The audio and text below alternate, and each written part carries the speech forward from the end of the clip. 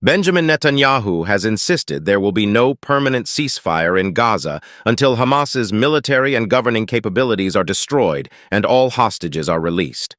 The statement from Israel's Prime Minister comes after U.S. President Joe Biden announced Israel had proposed a three-stage plan to Hamas aimed at reaching a permanent ceasefire.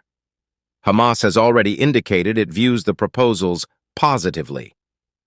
The negotiations come as fighting continues in Rafah, with reports of Israeli airstrikes on Saturday in the city on Egypt's border with Gaza. There is no guarantee that the public pressure by Mr. Biden on both Israel and Hamas to accept the plan will result in a deal.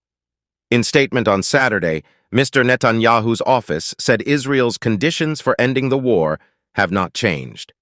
The destruction of Hamas military and governing capabilities, the freeing of all hostages, and ensuring that Gaza no longer poses a threat to Israel, it said. The statement added Israel would continue to insist these conditions are met, before agreeing to a permanent ceasefire, emphasizing that no deal could be signed before meeting them. On Friday, Mr. Biden described the plan as a comprehensive Israeli proposal that paved the way for a permanent ceasefire.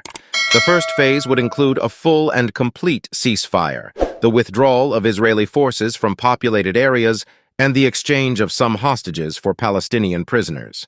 This would then be followed by the return of all remaining living hostages, including male soldiers. The final phase would see the final remains of any deceased Israeli hostages returned, as well as a major reconstruction plan with U.S. and international assistance to rebuild homes, schools, and hospitals, Mr. Biden said. A total end to the conflict has been a key Hamas demand to engage in talks. Mr. Biden has acknowledged that not everyone in Israel would agree with the plan, but urged the authorities to resist the pressure. There has been no word as yet from the far-right allies of Prime Minister Benjamin Netanyahu, who are likely to oppose the proposal.